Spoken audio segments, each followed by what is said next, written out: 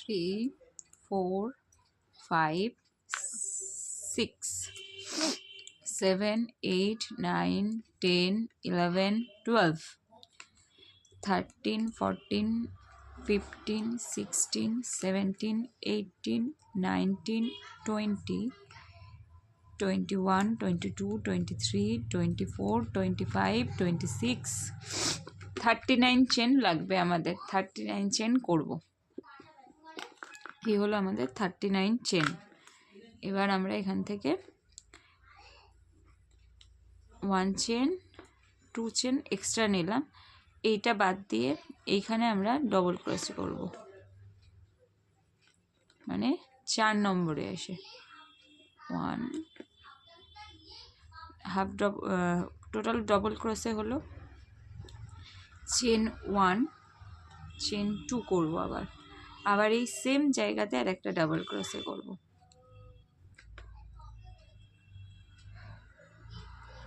এটা হচ্ছে আমাদের ভি স্টিচ হবে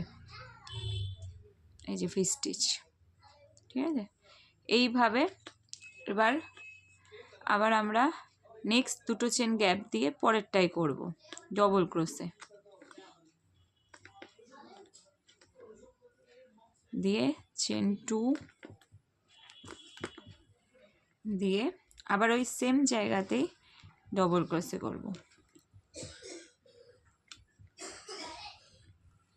আবার চেন 1 করব না আর এখানে চেন বাড়াবো না এইভাবে এটা পুরোটা করব ভি স্টিচ হবে আর এই যে লাস্ট চেনটা থাকবে এখানে একটা শুধু ডাবল ক্রোশে করব 1 ডাবল ক্রোশে হয়ে গেল এবার আমরা এখান থেকে এই স্টিচটাকে ঘুরিয়ে নেব ঘুরিয়ে নিয়ে এই যে স্পেসটা থাকবে এই স্পেসে আমরা একটা সিঙ্গেল ক্রোশে করব সিঙ্গেল ক্রোশে এবার এই যে স্পেসটা থাকবে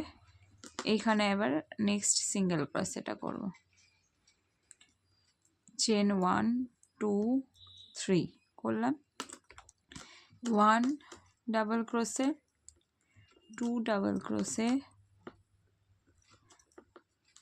3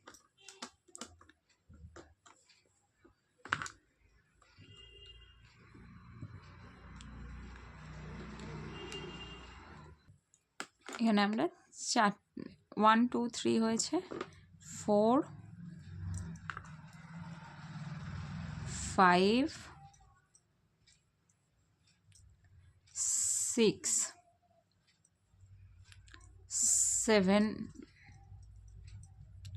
7 ডাবল ক্রোশে করলাম